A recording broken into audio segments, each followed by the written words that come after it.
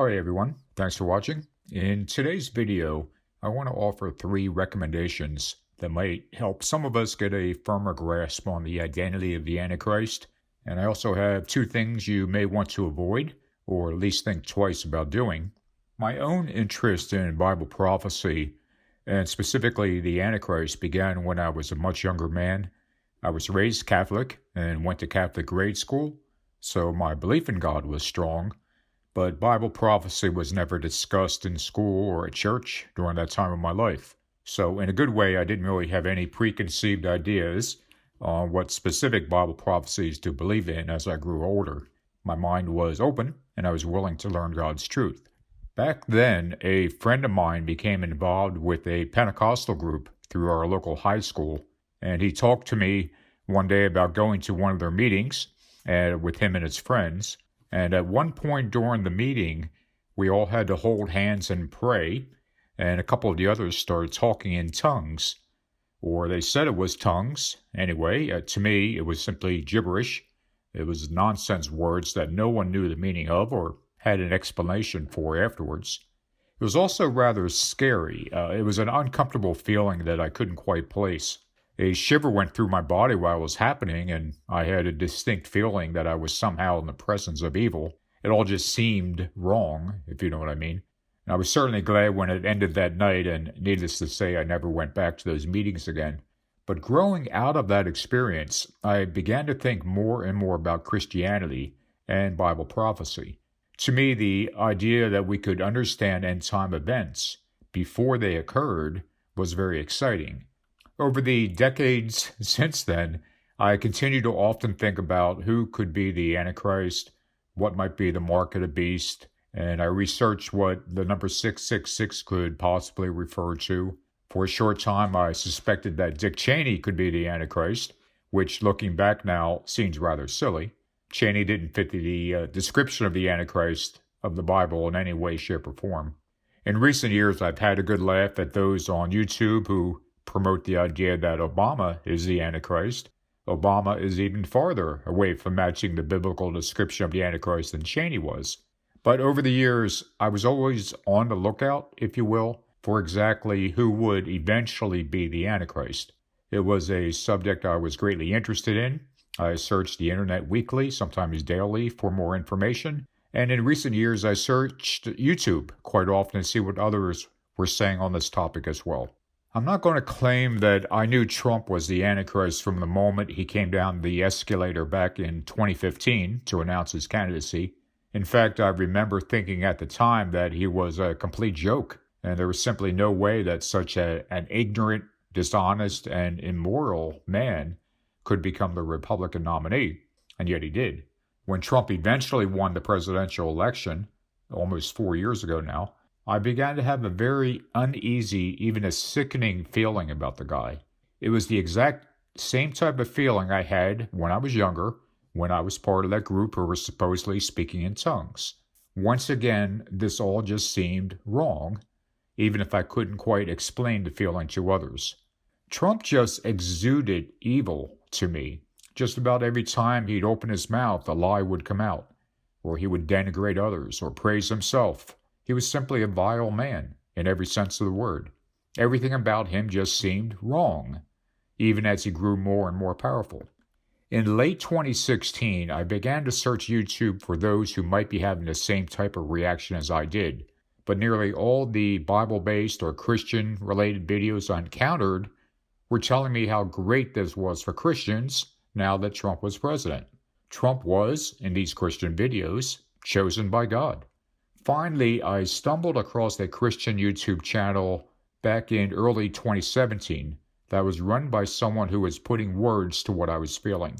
He was loudly proclaiming from a biblical perspective that Trump is the Antichrist. And that channel is my first recommendation.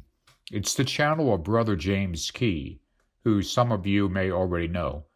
The first thing that jumped out at me back then was Brother Key's genuineness, and how much he truly cared for others. I liked the fact that he didn't ask for money and wasn't trying to sell a book or DVD. It was just him sitting in his chair reading the gospel or talking about current events. He wasn't speaking from a political point of view, but simply from what the Bible actually said. His older videos go back to 2015, and almost from the beginning, he was warning others that Donald J. Trump was the Antichrist and will soon be ruler of this world alongside the false prophet. I viewed my having been led to Brother Key's videos as confirmation that I was on the right track, even if very few others at the time were warning about Trump. There are a couple of his teachings that I don't agree with Brother Key on, such as eternal hellfire, but I won't go into that here in this video. I will say, however, that when it comes to preaching about Trump being the Antichrist, Brother Key has been doing it for as long or longer than anyone else on YouTube. As far as I can tell, he was the original voice crying out in the wilderness. If you haven't had a chance to visit his channel, I hope you find the time to do so. I'll put a link in the description below. My second recommendation is a book called Rise of the Little Horn by Jonathan Dane. I read Mr. Dane's book about a year and a half ago, in the summer of 2019, and cannot recommend it highly enough. It is well researched, exceptionally well written, and makes a very convincing case that the Antichrist is none other than Donald J. Trump. Portions of the book were written before Trump became president, so Mr. Dane is akin to Brother Key, and that he was also at the forefront of warning all of us about Trump, albeit through a book rather than through YouTube videos. I don't agree with him on every single thing he has in a book. For example, if I remember correctly, he believes in the pre-trib rapture. But this is the single finest book out there that I know of concerning Trump and the Antichrist. One word of warning, though, this is not an easy read. You likely won't be able to go through it over a lazy weekend and expect that it will stay with you. Take your time with it, perhaps a chapter or two a day, and after a couple of weeks, you'll not only have a deep appreciation for the book, but you'll have a much better understanding of Bible prophecy and the identity of the Antichrist. My final recommendation is another book called Dark Star Rising, Magick and Power in the Age of Trump by Gary Lachman. This book doesn't go into the biblical evidence for Trump being the Antichrist, but is rather a fascinating and well-researched book into the occult and alt-right. One of the bigger misconceptions believed by conservative Christianity is that it's only the left who are into occult practices. Mr. Lachman's book makes it plain to see that there was, and is, a lot of interest within the so-called alt-right to use the occult and esoteric philosophy to propel Trump to a shocking victory. Those of us who are aware of the Bible prophecy in Revelation 16 concerning the three frogs will take special interest in the book's examination of how the alt-right used Pepe the Frog and other frog symbols in their occult practices to aid in Trump's election. The Bible teaches that the coming of the Antichrist is according to the working of Satan, so it certainly should not be a surprise that the occult and ritual magic were used to help bring about the election of Donald J. Trump. In the description area below, I'll put information on these two books and where you can find them. Please note, if you see any links on my channel, they are not affiliate links of any kind. My channel is not monetized in any way, shape, or form, nor am I trying to make money off of any book, website, or YouTube channel I recommend. On that topic, here are two things to avoid as you do your research. First, please avoid Christian YouTube channels that have ads, or are attempting to sell you a book or DVD, or overtly asking for donations. To put it bluntly, these people are in it for the money, and not because they want you to have the truth of God. If anything, they want to sell you the truth of God.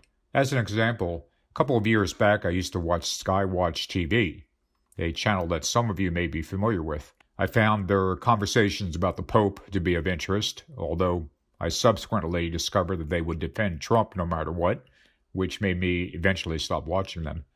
I mentioned that channel because while I was watching it, I didn't realize that it was basically a 30-minute infomercial for a book or DVD that one of their guests were selling. Even though there was a commercial every few minutes, it didn't occur to me that it was all about money for them first and foremost, and the Word of God was secondary. And I don't mean to single them out. There are plenty of other YouTube channels, TV shows, and websites just like that. People like Paul Begley and Irvin Baxter come to mind.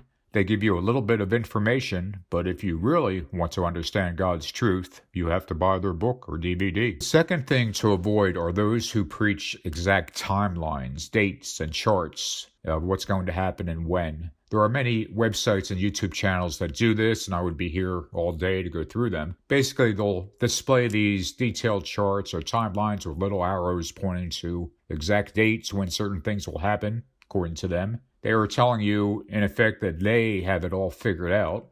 Chances are they're probably also selling a book or DVD to explain it in more detail. The problem with these timelines is that they can blind us to when certain things might happen outside of those man-made parameters. For example, those who believe in the pre-trib rapture have a hard time understanding or accepting that other end-time events are happening right now. Even though the Bible clearly describes the Antichrist as being someone exactly like Trump, and there's virtually no biblical support for the pre-tribulation rapture, these brothers and sisters can't accept that Trump could be the Antichrist because it doesn't fit into their specific timeline, which states that they will be whisked away to heaven before these end-time events take place.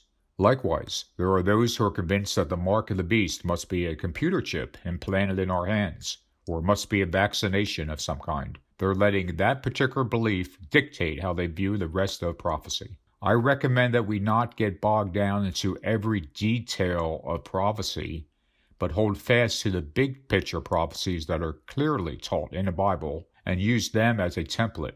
Examples being the return of Jesus, the identity of the Antichrist, and the false prophet, the post-tribulation rapture, and a few others.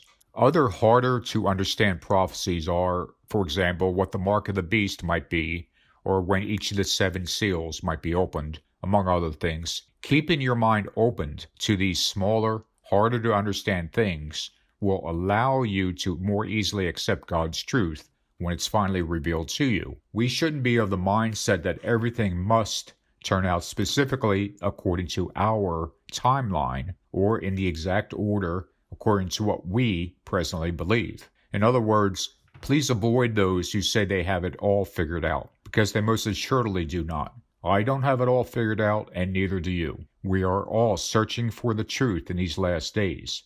Each of us are human, and we all make mistakes. Don't get lost in the little things and lose sight of the big picture.